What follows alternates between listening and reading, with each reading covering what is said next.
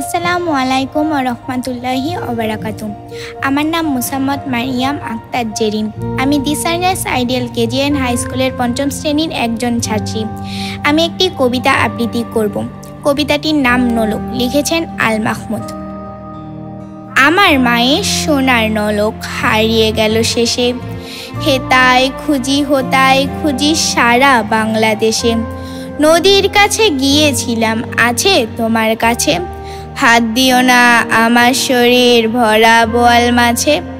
বলল কেটে তিতাস নদী হরিণ বেড়ের বাঁকে, সাদা পালক বকরা যেথায় পাক ছড়িয়ে থাকে।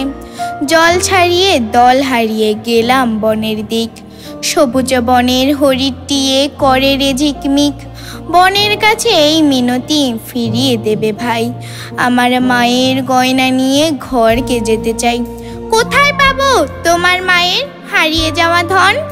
আমরা তো সব পাক পাখালি বনের সাধারণ। সবুজ চুলে ফুল পিঁধেছি, নলক পরি না তো। ফুলের গন্ধ চাও যদি নাও, হাত পাতো হাত পাতো। বলে পাহাড় দেখায় তাহার আহার ভরা বুক, হাজার হরিণ পাতার ফাঁকে বাকিয়ে রাখে মুখ।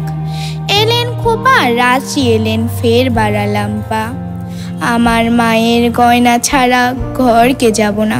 ধন্যবাদ সবাইকে।